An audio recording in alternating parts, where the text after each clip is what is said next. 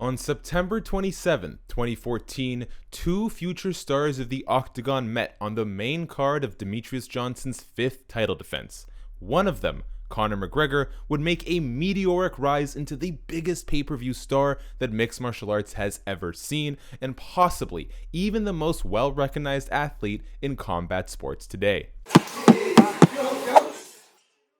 What up guys, Shaquille Madjouri here for Combat Culture, and just a quick reminder, if you could please hit subscribe, tap the notification bell, leave a like on this video. All those acts go a long way to helping us do what we do. But now on to more important things, because the time is almost here. Conor McGregor attempts to return to his throne. Dustin Poirier tries to make good on a story years and years in the making, and for us, it's bound to be exciting. So without further ado, here is the history of Conor McGregor and Dustin Poirier.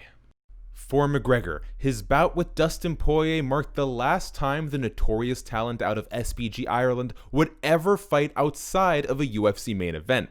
The bout was just the fourth in his Octagon career, following first-round knockouts of Marcus Brimage and Diego Brandao, and a commanding victory over future featherweight champion Max Holloway.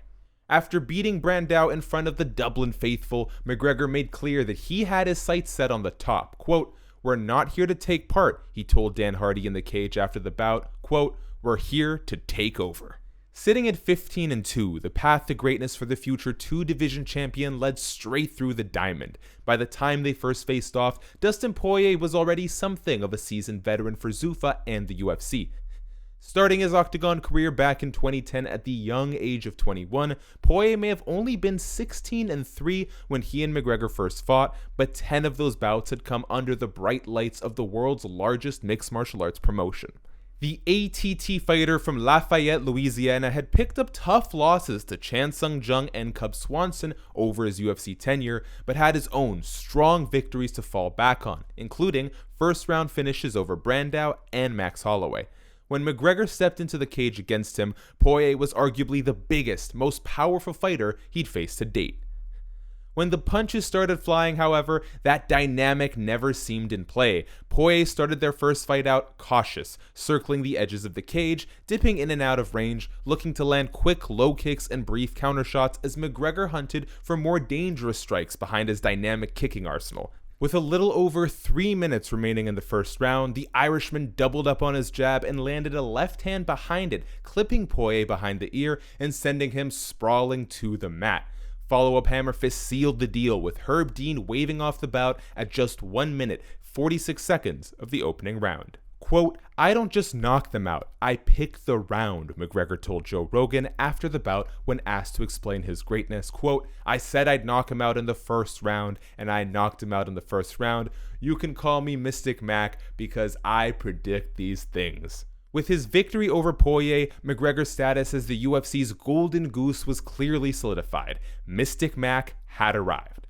A status that would only become further certified in the MMA lexicon when just over a year later he fought longtime featherweight great Jose Aldo for the undisputed crown, ending the contest in just 13 seconds with another electrifying knockout. The legend that had been started with his win over Poirier became fact. The years since McGregor captured featherweight gold have been wild ones for the former double champ. After a stunning victory over the King of Rio, McGregor was set to take on lightweight title holder Rafael dos Anjos, but an injury to the Brazilian left him jumping 2 divisions for a short notice bout with former contender Nate Diaz. It also led to the first loss of his UFC career, but defeat wouldn't last, and the two men ran it back a little more than 5 months later to the tune of 1.65 million pay-per-view buys and a victory for the Dubliner.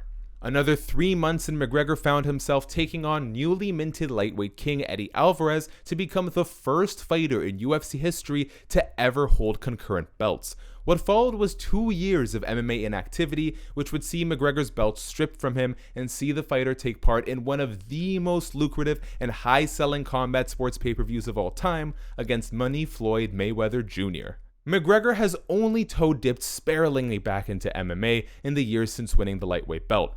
First, with a new record-setting pay-per-view in another crack at the lightweight title against the legend in his own right, Khabib Nurmagomedov.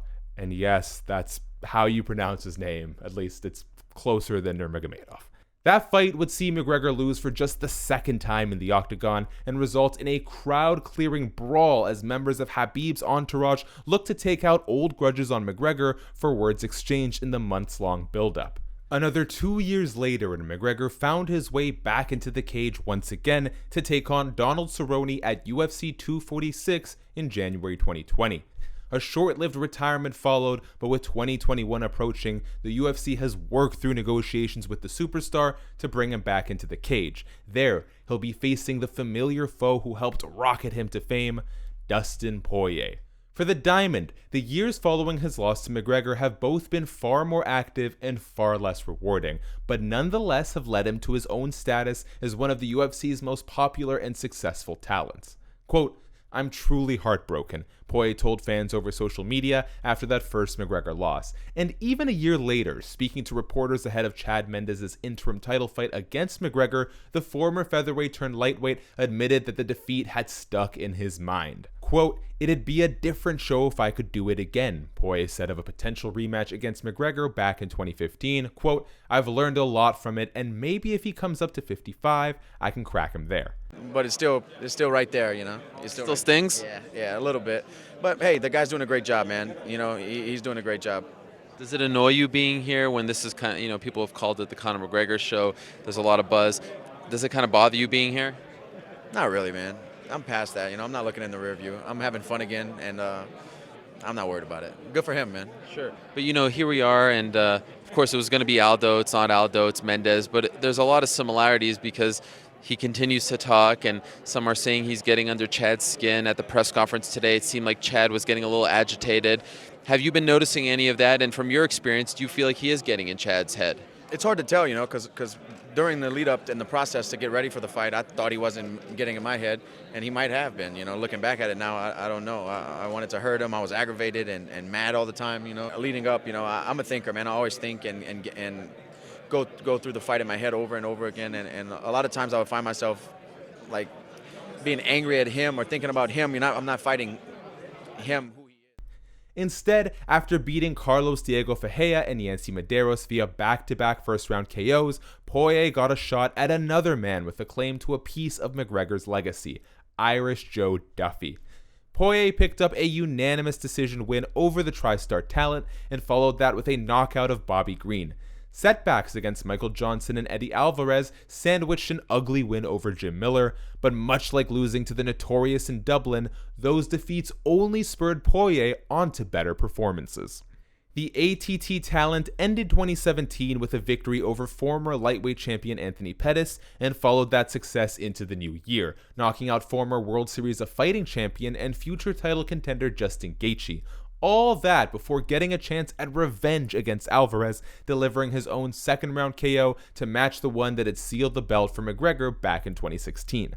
The run of success for Poirier culminated in an interim lightweight title fight against Max Holloway, a fight of the year caliber war that saw the two trade close to 200 shots each and ended with a piece of UFC hardware around the Diamond's waist. Quote, "Man, this feels amazing. I feel like I'm in a dream right now. I just beat one of the best pound-for-pound fighters in the world," Poirier said of his victory over Holloway. "I earned this in blood. I paid in full." While Poirier may have scrapped for every bit of the reward he gained in that bout against the Hawaiian featherweight champ, the ultimate reward came in the form of a title fight against the unbeaten juggernaut Khabib. Much like the Irishman, who had battled and failed to overcome Khabib the year before, Poirier's bout against the lightweight king would do him no favors. He lost via submission in the third round, having spent much of the fight battling to get out from under the Dagestani's vice-like grasp.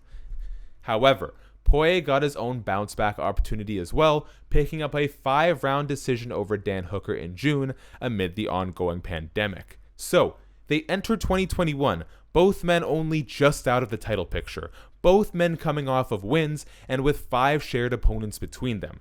Poirier marked the turning point for McGregor from hot prospect to certified star. McGregor marking his own point of change for the Diamond from action featherweight into a forceful fixture in the lightweight division. When they meet at UFC 257 on January 23rd, will history repeat itself?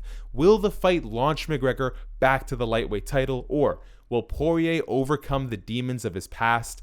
Will he get his redemption for a loss that haunted him years after the final bell?